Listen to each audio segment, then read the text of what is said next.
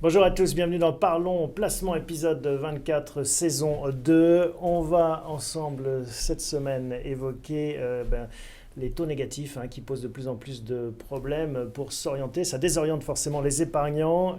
D'ailleurs, Vincent Kutkovitz nous posera la question, est-ce qu'épargner a encore du sens dans ce contexte ? Et oui, ça a du sens, on le verra en dernière partie de l'émission. Le suspense est bien construit puisqu'on vous parlera d'immobilier commercial avec encore des pépites pour investir. On commence tout de suite en compagnie de Jonathan Lévy pour parler justement de ce contexte de taux négatifs.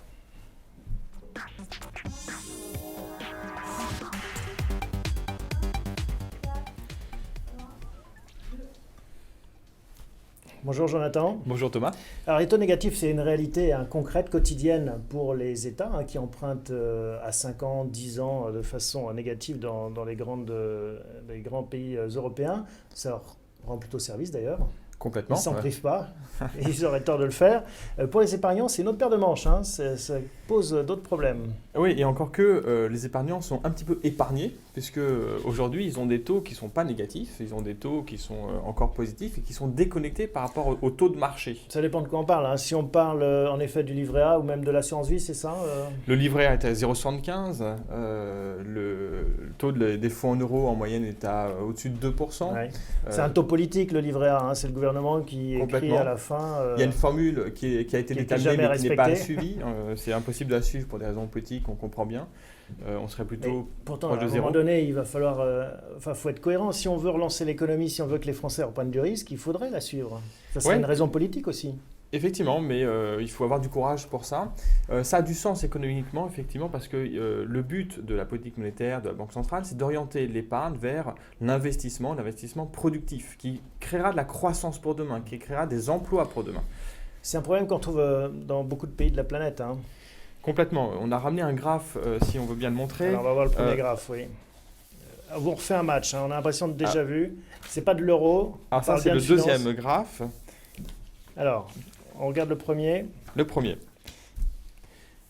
Le taux de la dette française à 5 ans. Voilà. Alors, voilà, donc, ça c'est le deuxième. C'est bon, on y est. Le premier graphe qui montre donc l'évolution ces dernières années, ces derniers mois de la dette, du taux de la dette française à 5 ans. Quand l'État français emprunte à 5 ans, il emprunte aujourd'hui à moins 0,22. C'est-à-dire qu'en fait, on le paye pour emprunter. Exactement. À 5 ans, on le paye pour emprunter. Sur une période plus courte, on lui paye plus encore pour emprunter. Sur une période plus longue, on lui paye un peu moins. Pourquoi est-ce qu'on en est arrivé là en fait ? On peut rappeler peut-être le contexte historique. Le contexte historique, il faut rappeler que la base, c'est que dans le monde entier, l'inflation est très basse. On a touché la déflation, c'est-à-dire qu'on a une inflation négative.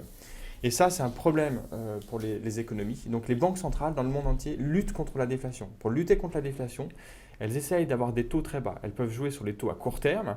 Et pour jouer sur les taux d'intérêt à long terme, elles rachètent des dettes des États pour faire baisser les taux, pour que le poids de la dette soit plus faible, pour qu'économiquement soit plus viable. S'il n'y avait pas ça, on serait déjà tous morts. Mais c'est viable à long terme ? Ça va durer longtemps cette situation ? Alors ça va durer longtemps parce que pour faire repartir l'inflation, ça va prendre du temps. Maintenant, je pense que c'est la bonne méthode. On n'a pas le choix, il faut passer par là. C'est un remède de cheval, mais malgré tout, le malade est tellement malade que ça va prendre beaucoup de temps. Ça va probablement prendre une décennie entière à ce qu'on reparte comme avant. Et donc les épargnants dans ce contexte, parce que c'est ça qui les intéresse. D'ailleurs, je vous encourage à nous poser toutes vos questions si vous en avez. On est sur la page Facebook du site bienprévoir.fr. N'hésitez pas dans la partie commentaires à vous adresser à nous pendant l'émission. On a le retour. Comment ça va les affecter ? Puisqu'on l'a vu en introduction, finalement, ils sont encore assez épargnés. Complètement. Au fur et à mesure, en fait, cette situation va se normaliser pour les épargnants. Donc, ils vont être touchés par les taux négatifs. On a vu par exemple en Suisse, il y a des banques suisses qui rémunèrent à taux négatif les comptes. C'est-à-dire qu'elles facturent finalement les gens qui ont du cash sur leur compte. Effectivement. C'est une situation inédite. Quand vous déposez de l'argent sur une banque, la banque perd de l'argent. C'est-à-dire que si je donne 100 € à mon banquier, ça va lui coûter 0,2, 0,3%. Exactement. En France, en euros, c'est 0,35%. En Suisse, c'est 0,75% le coût pour la banque. Donc c'est sur des montants importants, c'est un coût important pour les banques jusqu'à présent, ils gagnaient de l'argent quand vous leur déposez. Donc ce que vous dites, c'est que les banquiers ne vont pas forcément attendre trop longtemps avant de répercuter ça à tout le monde et que C'est pas on risque viable d'avoir pour les en banques. effet une marche, encore une fois, pour Effectivement, les épargnants. les livrets vont encore diminuer. Peut-être que les comptes courants, mais là encore, c'est très poétique. Mais à un moment donné, ils vont être obligés de franchir le Sinon, pas. les banques font faillite. Et sinon, elles vont perdre de l'argent et éventuellement, elles pourraient faire faillite. Donc, on va se retrouver, y compris pour monsieur et madame tout le monde, avec des taux sans doute négatifs, où ça va coûter de l'argent d'avoir du cash. Donc, il faut faire autre chose. Exactement. Les fonds en euros également vont être fortement touchés, parce que les gens investissent beaucoup sur les fonds en euros classiques qui investissent dans des obligations. On le voit, les obligations ne rapportent rien. Donc les taux des Ils fonds en vivent euros, sur leurs réserves. ils vivent sur leurs réserves, sur des obligations qu'ils ont achetées dans le passé. Les 2% sont complètement déconnectés des marchés. Là encore, il faudrait qu'on replace à plus de 50 ans. Vous savez à combien la France emprunte à 50 ans? Elle emprunte à 1,45. Donc les 2%, on les voit nulle part en fait aujourd'hui sur le marché. Donc ceux qui s'inquiètent finalement d'une brutale remontée des taux se trompent. Vous nous dites on risque de connaître cette période pour longtemps encore, presque 10 ans, et ça va continuer à aller dans ce sens-là. Exactement, je pense qu'ils se trompent. D'ailleurs, ces mêmes gens qui nous disent que les taux vont remonter, ça fait 2 ans qu'ils nous le disent, les taux sont bas, ils ne peuvent que remonter. Ben, c'est pas vrai, depuis 2 ans, les taux n'ont fait que baisser. Bon, et donc pour conclure, qu'est-ce qu'on fait? Alors pour conclure, justement, il faut que les gens acceptent, et c'est le cas depuis le début de l'année, nous on le voit auprès de nos clients, on le voit sur l'ensemble des données qu'on a en France, les gens prennent plus de risques pour gagner de l'argent. Il y a plusieurs façons de gagner un peu d'argent en prenant un risque limité. On va en parler dans la troisième partie. L'immobilier commercial, c'est une façon de le faire. L'immobilier d'entreprise, donc bureau ou commerce, peu importe. Il faut diversifier entre les deux. On a aujourd'hui des rendements qui sont certes en baisse, mais dont le rendement reste bien supérieur à ce qu'on a sur les taux des obligations. Donc ça, c'est des placements qui plaisent, qui sont plébiscités et qui, à mon avis, aujourd'hui sont intéressants, malgré le fait que les valorisations ont bien monté déjà. Ça reste encore très intéressant aujourd'hui. Une autre façon de se prémunir contre une baisse des taux, c'est d'acheter des obligations d'entreprise.